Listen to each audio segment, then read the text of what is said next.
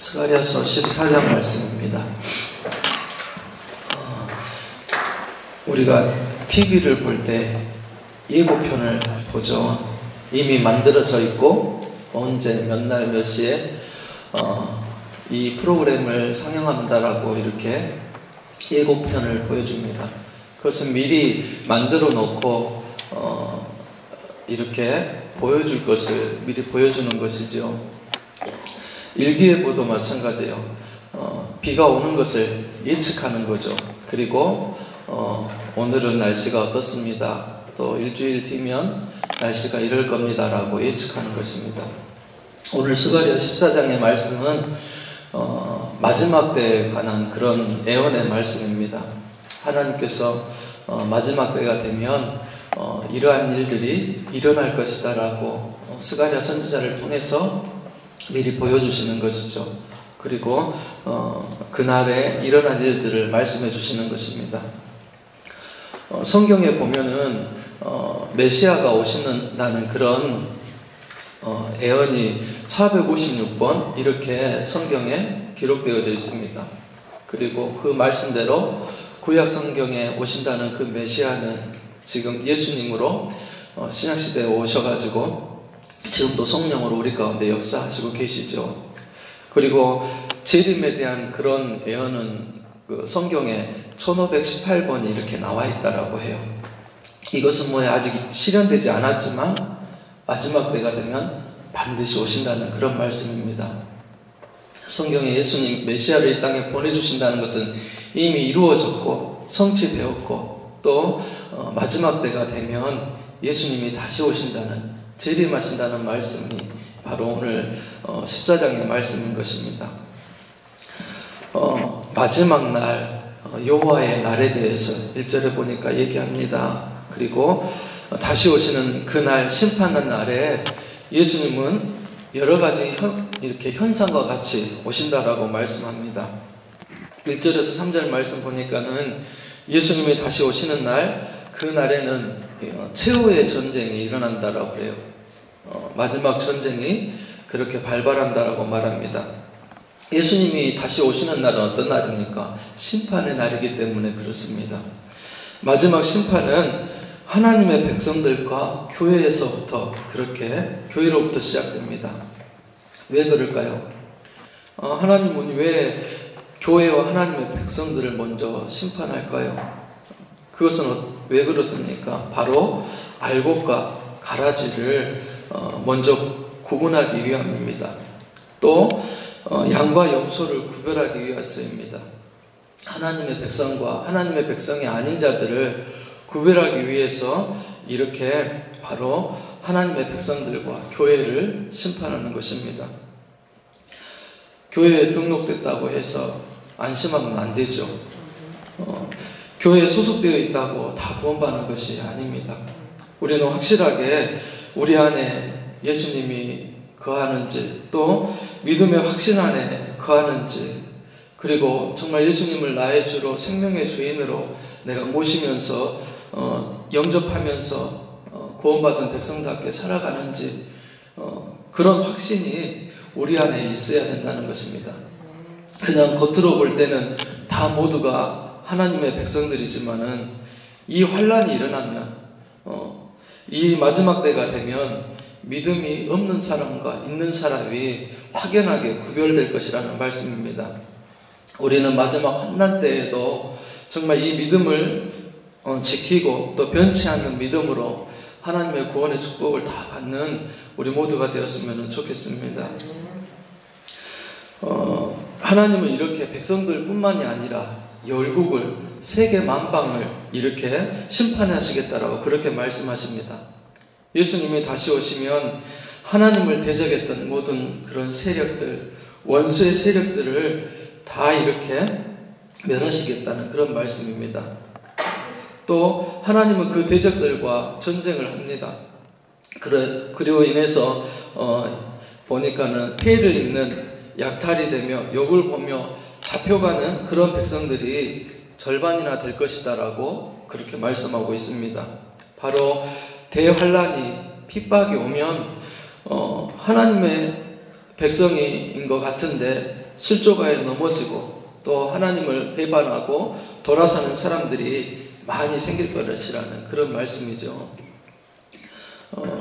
3절에서 또 5절 말씀 보니까는 하지만 그 중에서도 그 와중에도 하나님께서는 그 남은 백성이 끊어지지 않도록 그렇게 지켜주신다라고 또 싸워주신다라고 또 보호해 주실 것을 약속하고 있습니다.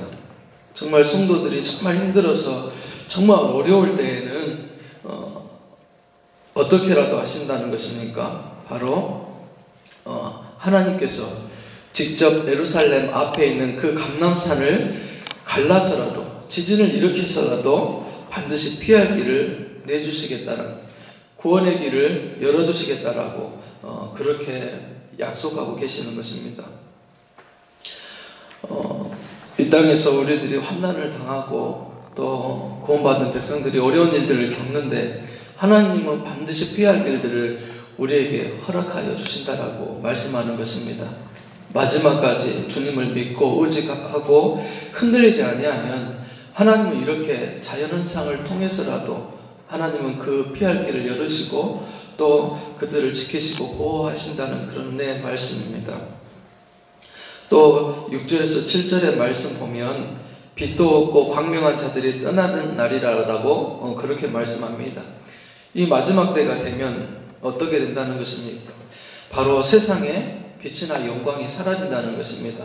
그리고 하나님의 그 빛 때문에 다시는 어떤 세상의 영광이 빛이 필요 없다는 것이죠. 그리고 세상의 빛이나 영광도 하나님이 나타났을 때 비춰주시는 그 빛에 비하면 아무것도 아니라는 것입니다. 세상 사람들의 모든 그런 영화가 또 영광이 그때가 되면은 헛되가 된다는 그런 말씀입니다. 갖다가 비교할 수가 없고 견줄 수가 없다는 것이죠. 그렇게 하나님의 영광은 빛이 나고 또 하나님께서 그렇게 빛으로 다스린다는 그런 말씀입니다. 또 자연에도 이렇게 변화가 있습니다. 8절에 보니까는 그날에 생수가 예루살렘에서 솟아나서 절반은 동해로 절반은 서해로 흐를 것이다라고 그렇게 말씀합니다. 예루살렘에서부터 생수가 터지는데 그 축복의 생수가 하나님께서 솟아나게 하실 때에는 큰 바다를 사시사철 넉넉히 흐르고도 남을 정도의 그런 신령한 축복이 끊이지 않게끔 하나님께서 복을 주신다는 또 은혜의 말씀이죠. 또 5절에 주님이 다시 오실 때에는 어떤 일들이 일어납니까? 하반절에 보니까 거룩한 사람들과 함께 오신다라고 그렇게 말씀합니다. 예수님 다시 오실 때에는 이렇게 앞서 천국에 가신 그런 분들이 성도들과 함께 온다는 그런 말씀입니다. 앞서 천국 간 믿음의 선배들을 다 만나게 된다는 그런 말씀이죠. 장례할 때 우리는 다 믿음의 사람들은 하나님 나라로 우리가 그렇게 보내드리죠. 그리고 다시 볼 것을 우리는 기약하고 약속합니다.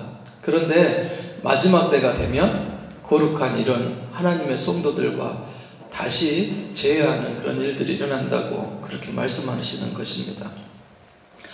9절에 보면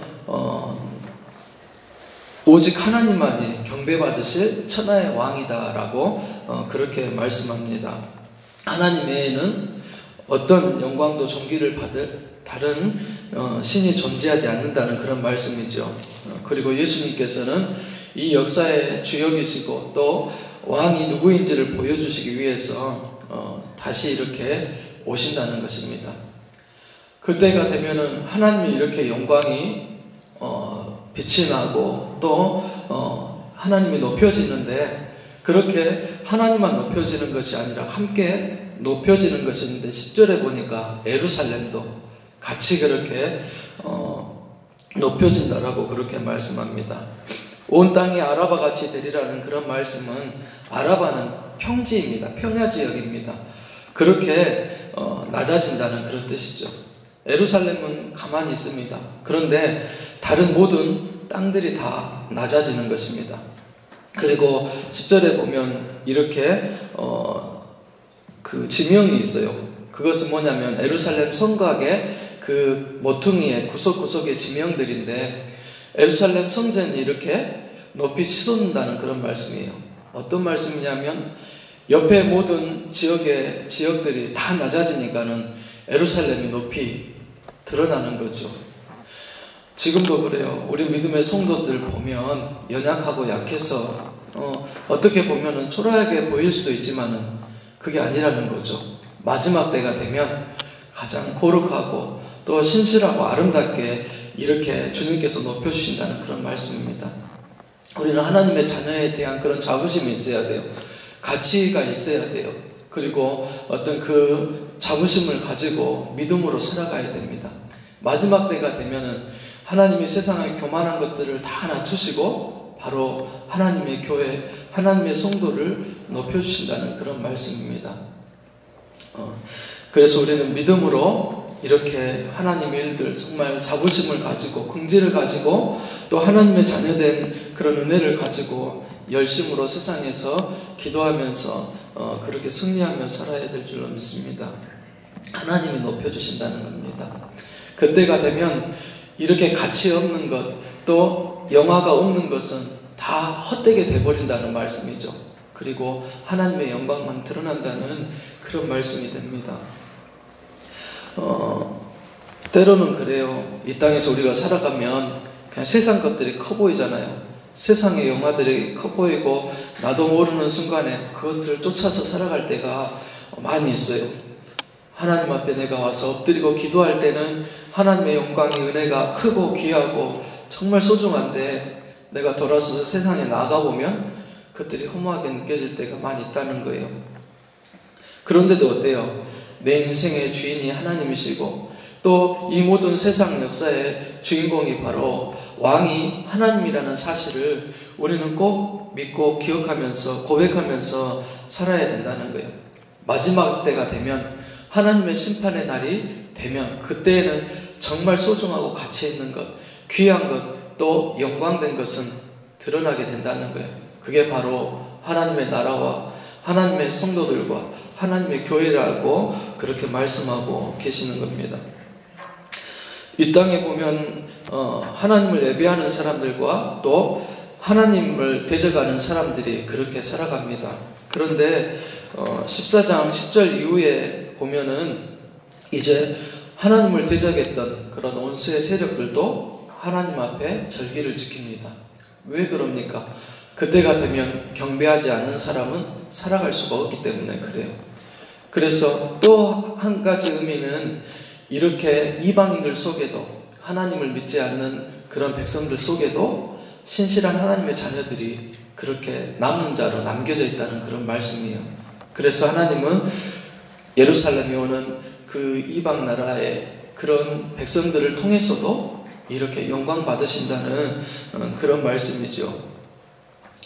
또 12절의 말씀을 보니까는 예루살렘을 친 모든 백성, 정말 이 땅에서 교회를 박해하고 핍박했던 그런 대적했던 백성들이 서로 싸우면서 그렇게 심판을 맞게 될 것이다 라고 말씀합니다. 근데 그 심판의 참상이 이렇게 살이 썩고 눈에 구멍에서 속에서 썩고 혀가 그 입속에서 썩는 것처럼 완전히 망하게 된다는 그런 말씀입니다.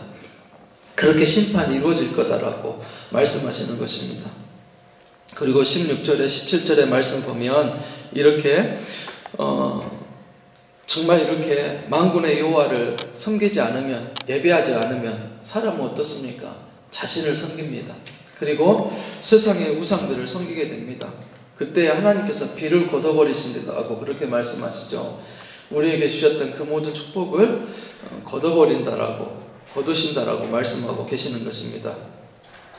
우리는 이렇게 주님이 다시 오시는 날을 기억하면서 살아야 됩니다. 그리고 예배자로, 정말 구도자로, 기도하는 자로 우리는 깨어서 그렇게 기도하는 자로 살아가야 됩니다. 이것이 무엇입니까? 내 미래를 준비하는 것입니다. 내 앞날을 가장 복되게 준비하는 방법입니다. 신실한 청지기는 어떻습니까? 성실한 하나님의 자녀는 주님이 언제 오시더라도 항상 이렇게 일을 하고 있기 때문에, 준비하고 있기 때문에 걱정이 되지 않습니다. 날마다 깨어서 기도하며 주님을 만나고 또 함께 동행하면서 내게 맡겨주신 그런 소임들, 사명들을 믿음으로 그렇게 감당하고 있을 때에는 오히려 그날이 영광의 날이고 기쁨의 날이고 가장 하나님께서 높여주시는 그런 은혜의 날이 되는 것입니다. 그런데 사단의 목적은 어떻습니까? 이렇게 하나님의 백성들이 심판 앞에 굴복하게 만들고 환난 앞에 두려워 떨게 만들고 그들을 죄로 더럽혀서 부끄럽게 만듭니다. 그러나 마지막 때가 되면은 그 모든 어둠의 세력들, 사단의 세력들은 힘을 잃고 또 하나님 앞에 굴복하고 떠나가는 역사들이 일어나게 될 겁니다. 소망 없는 사람들은 더럽힘을 당하고 그날에 부끄러움을 당하겠지만은 하나님 앞에 신실하게 정말 기도하면서 맡겨진 사명을 감당하는 그런 주의 백성들은 하나님께서 가장 귀하게 높여주신다는 그런 말씀이죠. 그러면서 마지막 20절에 보면 여호와께 성결이라는 말씀을 합니다. 여호와께 바쳐진 것이죠. 구별된 것입니다.